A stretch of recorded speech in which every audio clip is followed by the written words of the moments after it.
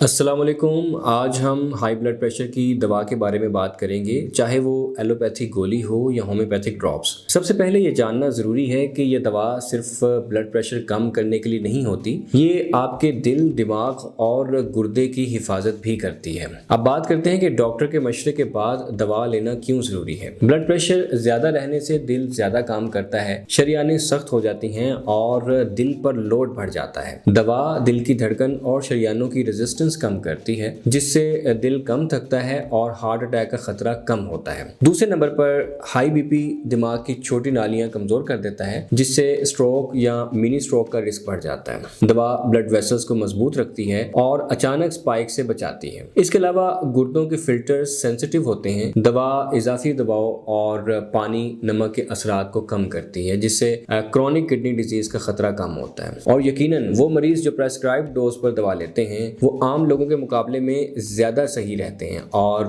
बीमारियों से महफूज रहते हैं। अब सवाल ये पैदा होता है, हाई ब्लड प्रेशर की दवा लेने का दुरुस्त टाइम क्या है। साइंस कहती है कि सुबह के वक्त कोर्टिसोल और एड्रेनालाइन हार्मोन्स ज़्यादा होते हैं, जिससे बीपी बढ़ता है। इसलिए अक्सर मरीजों के लिए सुबह दवा लेना ज़्यादा फायदेमंद होता है। लेकिन कुछ मरीजों में रात को बीपी स्पाइक होता है, तो डॉक्टर के मुताबिक शाम या रात की डोज बेहतर रहती है।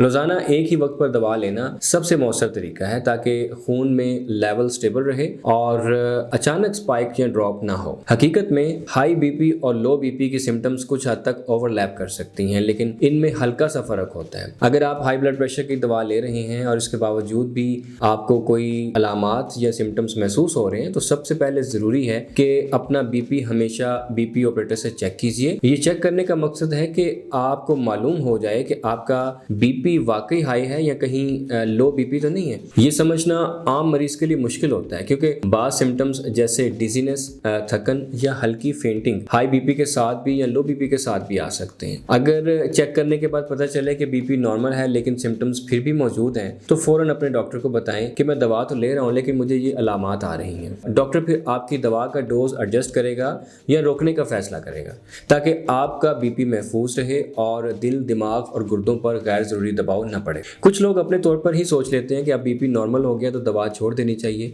ये खतरनाक है, क्योंकि अचानक बीपी स्पाइक से दिल या गुर्दे पर ज्यादा दबाव पड़ सकता है, हार्ट अटैक या स्ट्रोक का खतरा बढ़ सकता है, दिल की रिदम डिस्टर्ब हो सकती है। इसलिए हमेशा डॉक्टर से कंसल्ट कीजिए और डोज या स्टॉपिंग के बारे में खुद से फैसला न कीजिए। दवा के साथ जिंदगी के छोटे छोटे चेंजेस जो हैं वो भी बहुत फर्क डाल सकते हैं। नमक कम करें, बीपी नेचुरली कम होता है। रोजाना हल्की एक्सरसाइज या वॉक करें, वजन और स्ट्रेस कंट्रोल करें, नींद पूरी करें।